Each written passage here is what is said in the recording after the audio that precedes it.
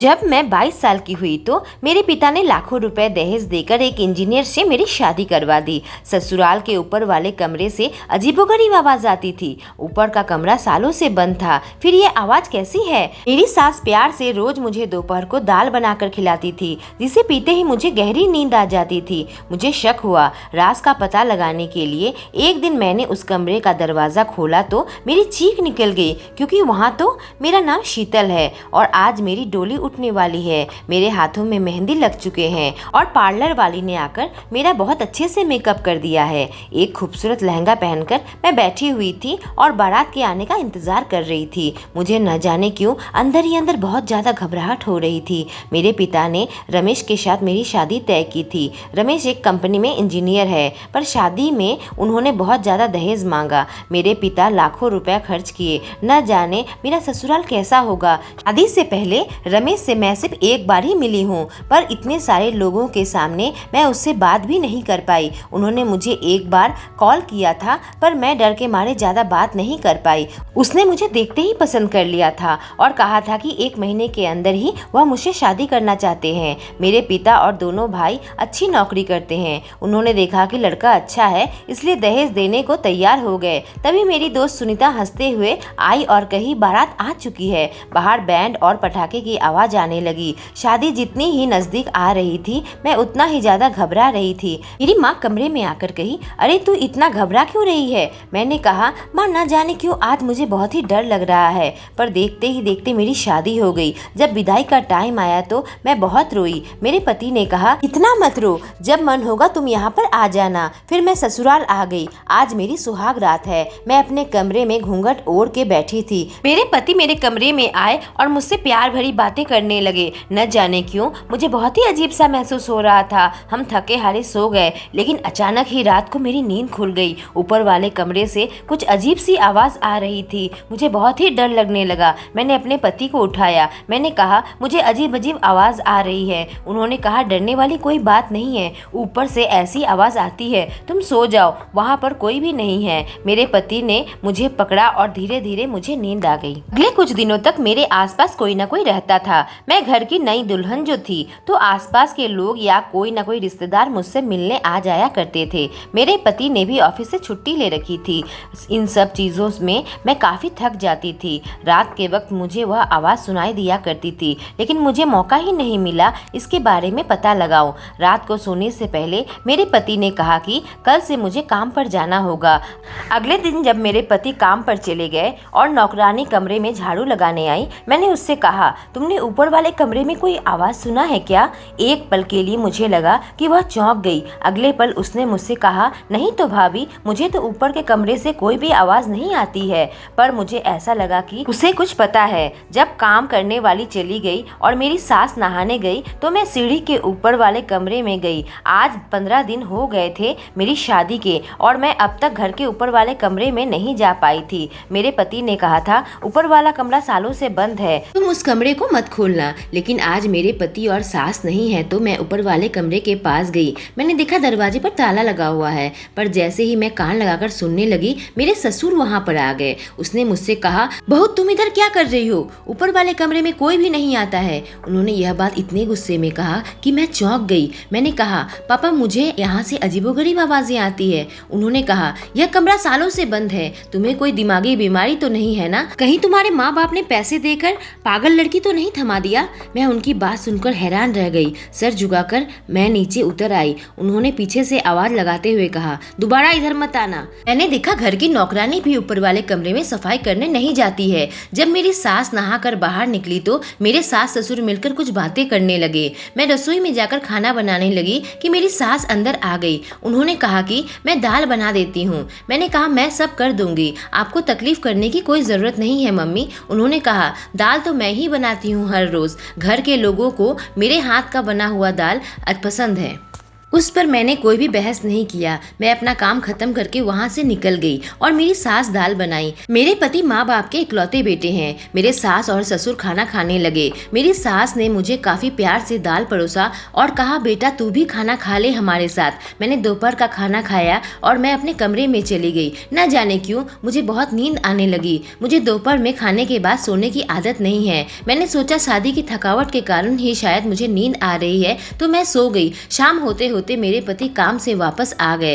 रात को मेरे पति ने कहा, तुम ऊपर वाले कमरे में गई थी क्या? वह कमरा सालों से बंद है, तुम वहाँ उस कमरे को खोलने क्यों गई? मैंने कहा, आपसे तो कहा था मैंने कि मुझे उस कमरे में अजीबोगरीब आवाज आती है और मैं उस कमरे को खोलने नहीं गई थी, बस देखने के लिए गई थी। उन्होंने कहा, ऊपर जाना सख्त मना है, वहाँ कोई भी नहीं जाता है, आज के बाद दोबारा ऊपर मत जाना। मैंने कहा, ठीक है, मैं नहीं जाऊंगी। पर अब मेरे दिमाग में यह बात घूमने लगी थी कि आखिर यह लोग मुझे ऊपर वाले कमरे में जाने क्यों नहीं दे रहे हैं, वहाँ किस तरह की आवाजें आती है। मेरी सास रोज प्यार से दाल बनाया करती थी और मुझे परोसा करती थी। दोपहर के खाने के बाद ही मुझे गहरी नींद आ जाती थी, लेकिन अब मुझे शक होने लगा क्योंकि मैं बचपन से ही दोपहर में नहीं सोती हूँ। फिर खाना खाते ही मुझे नींद कैसे आ जाती है? एक दिन मुझे मौका मिल गया। मैं अपनी दाल ससुर जी की दाल के साथ बदल ली। जब मैंने खाना खाकर अपने कमरे में आई तो उस दिन मुझे बिल्कुल भी नींद नहीं आ रही थी। मैंने सोचा, आखिर मांजरा क्या है? तुरंत ही मैं ससुर जी के कमरे में आई और अंदर झांकने लगी। मेरे ससुर जी गहरी नींद में सो रहे थे और मेरी सास बहुत ही अजीब निगाहों से ससुर जी को देखने लगी। मैं दौड़ती हुई अपने कमरे में पहुंची और सोने का नाटक करने लगी। मुझे लगा मेरी सास को शायद शक हो गया है। मेरा शक सही निकला। मेरी सास थोड़ी देर बाद मेरे कमरे में आई, यह देखने के लिए कि मैं सोई हूँ या नहीं। थोड़ी देर वहाँ खड़ी रही। जब उन्हें यकीन आ गया कि मैं भी सो रही हूँ तो वहाँ से चली गई। मैं भी पीछे पीछे जब गई तो मैंने देखा, उसे देखकर मैं बहुत ही हैरान रह गई। मेरी सास ऊपर वाले कमरे में जा रही थी। थोड़ी देर वहाँ रुकने के बाद वापस आ गई। मैं फिर से अपने कमरे में जाकर सोने का नाटक करने लगी। मेरी सास फिर से मेरे कमरे में आई और जब उन्होंने देखा कि मैं सो रही हूँ तो बाहर निकल गई। घर को लॉक करके शायद वो बाहर कहीं जा रही थी। मौका का फायदा उठाकर मैं ससुर जी के कमरे में पहुंची। वह गहरी नींद में सो रहे थे, इसलिए मैंने उन लोगों की अलमारी खोल ली और वहाँ कुछ ऐसी चीज ढूंढने लगी जिससे मैं सच्चाई तक पहुँच पाऊँ। मुझे एक फैमिली एल्बम मिल गया। जब मैं एल्बम पलट कर तस्वीरें देखने लगी तो मेरे सिर पर मानो आसमान टूट पड़ा। मेरे पैरों तले जमीन निकल गई। एक लड़की की बचपन से लेकर जवानी तक की ढेर सारी तस्वीरें थी। तस्वीरों से ऐसा लग रहा था शायद वह मेरे पति की बहन हो, पर मेरे पति ने तो हमारे घर वालों से यही कहा था कि वह इकलौते बेटे हैं। आखिर उन लोगों ने इतनी बड़ी सच्चाई हमसे क्यों छुपाई? तभी मेरे दिमाग में ख्याल आया, कहीं ऊपर वाले कमरे में उसकी बहन तो कैद नहीं है। मैं तुरंत ही अपने मोबाइल से उस लड़की की तस्वीर खींच ली और एल्बम को अलमारी में रखकर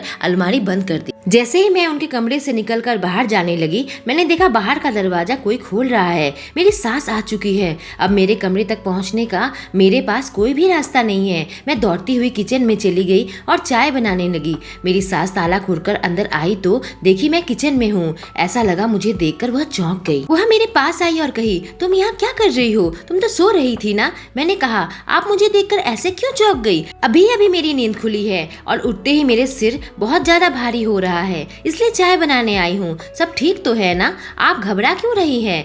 मेरी सास ने अपने आप को संभाला और कहा, अच्छा अच्छा ऐसी बात है, मैं चाय बना देती हूँ। मैंने कहा, आप बैठो, मैं बना देती हूँ, हम तीनों मिलकर चाय पियेंगे। जब मैं चाय बनाकर सास को देने आई तो मैंने कहा, पापा नजर नहीं आ रहे हैं। उन्होंने कहा, वह सो रहे हैं। मैंने कहा, सो रहे हैं? इस वक्त तो पापा कभी भी नहीं सोते हैं, उनकी तबीयत तो ठीक है ना? तभी मेरे ससुर भी वहाँ आ गए और हम तीनों ने मिलकर चाय पिया। मेरी सास के चेहरे की घबराहट से मुझे साफ पता चल रहा था कि वह मेरे दाल में कुछ मिलाती है। इसी वजह से मुझे हर दोपहर को गहरी नींद आ जाती है और जब मैं सो जाती हूँ तब ऊपर वाले कमरे में न जाने क्या करने जाती है, जो कमरा इनके हिसाब से सालों से बंद है और जहाँ पर कोई भी नहीं जाता।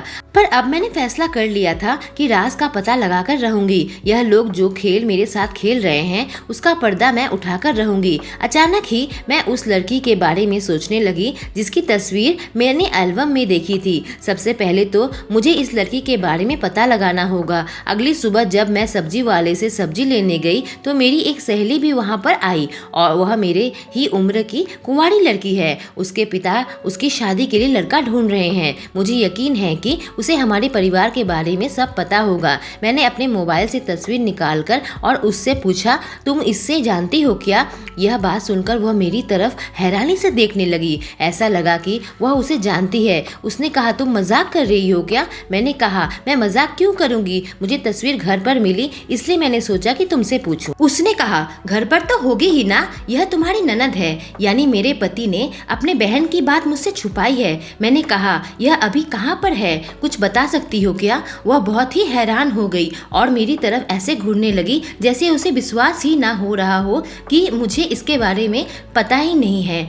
मैंने कहा, मेरे पति ने इसके बारे में कभी भी कुछ नहीं बताया। हमारी नई शादी हुई है इसलिए मैंने अपने पति से इसके बारे में कुछ भी नहीं पूछा। अभी तो बस हम दोनों एक दूसरे को जान रहे हैं। उसने कहा, तुम्हारी ननद ने 2 साल पहले अपने कमरे में आत्महत्या कर ली थी। यह सुनकर मेरी सांसें थम सी गई। मेरी ननद ने आत्महत्या कर ली है? मैंने उससे पूछा, क्या वह ऊपर वाले कमरे में रहती थी? उसने कहा, हाँ। तभी मेरी सास बाहर आ गई और पूछी, अभी तक सब्जी लेना नहीं हुआ क्या? मैंने कहा, हो गया है, मैं बस आ रही हूँ।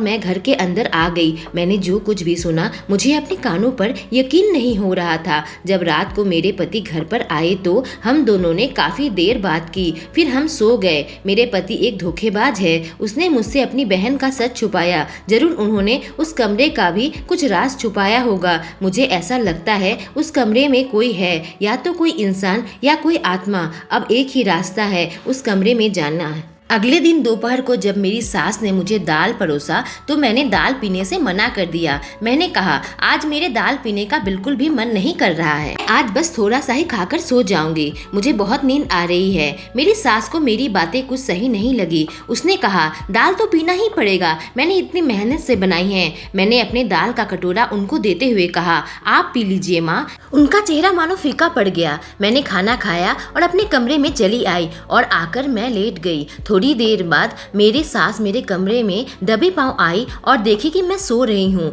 फिर वह ऊपर वाले कमरे में चली गई। मैं सिर्फ यह जानना चाहती थी कि आखिर वह चाबी कहाँ रखती है। ऊपर वाले कमरे से वापस आकर उसने एक जगह चाबी रख दी। मैं सोच लिया था कि आज रात जब सब सो जाएंगे तो मैं उस कमरे में जाऊंगी। रात को करीब 3 बजे मैंने देखा मेरे पति गहरी नींद में सो रहे हैं। मैं सास ससुर के कमरे में गई तो देखा उनका कमरा बंद है। मैं बाहर से ही उनके कमरे में कुंडी लगा दी। मैंने हमारे बेडरूम में भी बाहर से कुंडी लगा दी थी ताकि यह लोग बाहर ना निकल पाए। उसके बाद चाबी लेकर मैं सीढ़ी से ऊपर वाले कमरे में पहुंची। जब मैं कमरे का ताला खोला मेरे सर पर मानो आसमान टूट पड़ा, पैरों के नीचे से जमीन निकल गई। मैंने सपने में भी नहीं सोचा था कि मैं इस तरह का नजारा देखूंगी। ऐसा लगा कि मैं वहीं पर बेहोश ना हो जाऊं। उस कमरे में एक औरत सो रही थी। वह गर्भवती थी पर वह मेरी ननद नहीं थी। फिर कौन है यह औरत? उन लोगों ने इसे कमरे में ऐसे ताला बंद करके क्यों रखा हुआ है? मैं उसके पास गई और चुपके से उसे जगाया।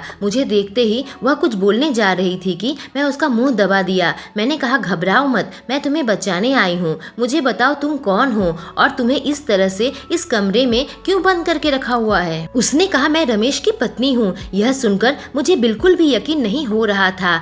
उसने अपनी गर्भवती पत्नी को इस तरह कमरे में बंद कर रखा है और फिर मुझसे शादी कर ली। मैंने कहा, उसने तुम्हारे साथ ऐसा क्यों किया? वह रोने लगी। कही, क्योंकि मेरे पिता दहेज नहीं दे पाए। उसने कहा, मुझे बचा लो, यह लोग मुझे इस तरह से बंद करके रखे हुए हैं, मुझे छोड़ दो। मैं तुम्हारे और तुम्हारे पति की जिंदगी में कभी दोबारा वापस नहीं आऊंगी। मैंने मन ही मन सोच लिया कि अब मैं रमेश के साथ एक पल भी इस घर में नहीं रह सकती। जो इंसान एक औरत पर इतना अत्याचार कर सकता है वह दूसरे पर भी कर सकता है। मैंने कहा, बहन चलो मेरे साथ। हम दोनों इस घर से निकल गए और मैं ताला अपने साथ लेकर आई थी। मैं बाहर से दरवाजा लॉक कर दिया और हम सीधे वहां से पुलिस स्टेशन पहुंचे। मैंने अपने पापा और भाइयों को भी फोन कर दिया था। उसने भी अपने घर वालों को बता दिया था तो सारे लोग पुलिस स्टेशन में इकट्ठा हो गए।